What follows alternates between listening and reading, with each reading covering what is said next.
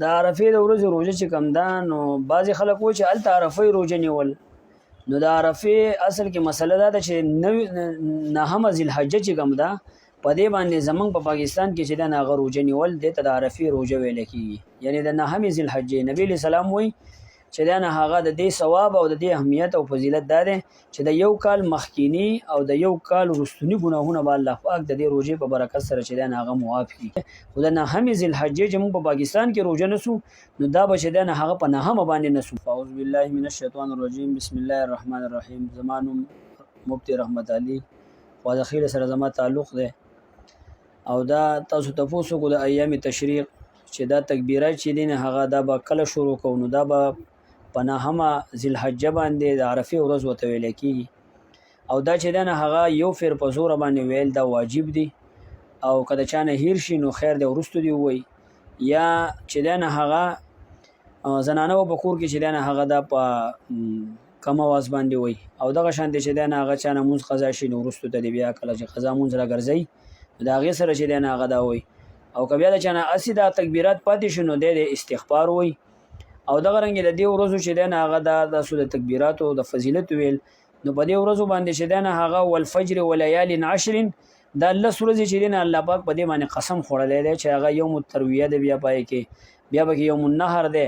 په دې کې قرباني ده نو دا د دې هر شپې چې دی نه هغه لوی فضیلت دی دغه رنګ چې دا نه د هرې ورځې فضیلت دی نو پکار دا ده چې موږ په دې شپه ورځو کې انتهایي عبادت وکړو. دا تکبیرات چې دي نو دا به شروع انشاءالله موږ کوو د نهمې ذوالحجې نه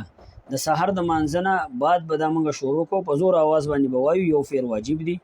او دغه رنګې د 14مې د مازدیګره پورې یعنې د اختر 4مه مازدیګره پورې به انشاءالله دا تکبیرات موږ وایو د دې نه بعد به بیا دا تکبیرات نه ویلی کېږي داسې به وایو چې الله اکبر الله اکبر لا اله الا الله والله اکبر الله اکبر ولله الحمد په دې طریقه باندې موږ په زوره باندې دا یو پیر چې دی نه هغه واجب دی دا به وایو د هغې دا دغه ده چې کله دی وروستو راغی مونځ یې ځان له وکړو دا تکبیرات دی بیا وروستو ځان له ووایي بیا چې دی نه کله د توجه نه وي دغه کړي او هیر شوي کله یې توجه راغله نو بیا دې تکبیرات ووایي که بیا ترې هیر هم شي نو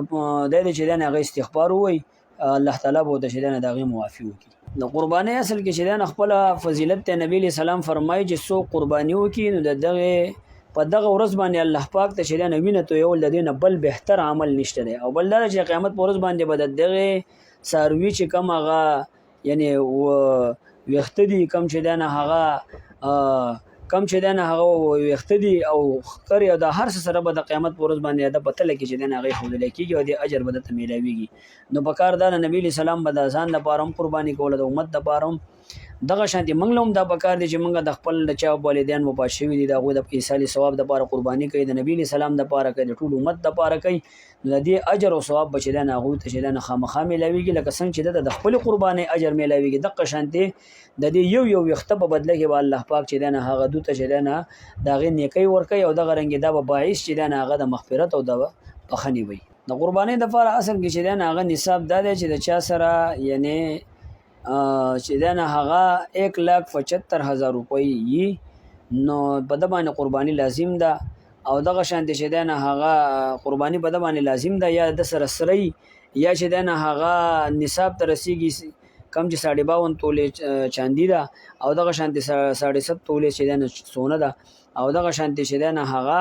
د ده سره نغدي پیسې چې دی نه هغه برابرېږي نو په کار دا ده چې دی قرباني وکړي یا بعضې کسان داسې چې د هغو سره په وخت باندې پیسې نه وي لیکن د هغوی ډېرې پیسې خلکو ته پورې نو په کار دا ده چې دی د قربانۍ له قرض کړي او دا قرباني وکړي ځکه موږ چې دی نه هغه د دنیا د فضولیاتو دپاره هر سال او ثابت کال چې دی دا دا خو په کال کې یو پیر الله پاک را لېږلې ده نو په کار دا ده چې موږ دا په خپله هم وکړو او نورو له چې دی نه هغه هم موږ د دې قربانۍ چې دی نه هغه ترغیب ورکو او قرباني وکړي. د تنخوادار خو اکثر دی چې د هغه ټول چې کم ضرورت یې پای کې لګي که د دغې تنخوا نه علاوه د سره پیسې چې دی نه هغه بچت کېدې نو بیا به د باندې چې دی نه قرباني واجب ده دی به کوي دا کم نصاب ته چې دی نه هغه رسېدلې دا قرباني به د لازم ده دی به کوي که دغه ورسره نه وي نو بیا به د باندې لازم ده نو بهترینه خبره دا ده چې موږ په خپل لاس باندې دا غوښه چې دی نه والو او غریب کم موږ ته مستحق معلوم دی چې هغه له ورکو اکثر د دې نه د خلکو کاروبار جوړ کړی دی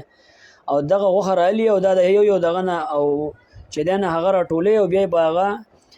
کله چې دی نه په کبابو والا باندې خرڅوي کله چې دی نه هغه هغوی ځان سره سټور کوي نو لہذا د قربانۍ هغه کم مقصد چې دی نه هغه ونه شولو نو په کار دا ده چې دا نه موږ هغه مستحقینو ته د درېمه حصہ چې کم د دې غریبانو د پاره ذکر ده او نو دغه موږ په خپل لاس باندې راوالو او دا موږ چې دا نه هغه ته ورکو نو د دې ډېر لوی په چې دا نه هغه فضیلت او ډېر لوی ثواب به او دغه رنګ غریب ته به دغه حق ورسی نو بکار دا چې او بل خبره تاسو دا وکړه چې په دغه لا قرباني چې دا نه هغه پوره شوی نه دغه غوخه چې دا نه هغه لا ټول شوی هم نه او دغه شان دی به منځ کې کسان نازي نو بکار دا چې کله قرباني زیات ورسی دا غینه بعد چې دا نه موږ کوم درېمه حصہ مقرر کړی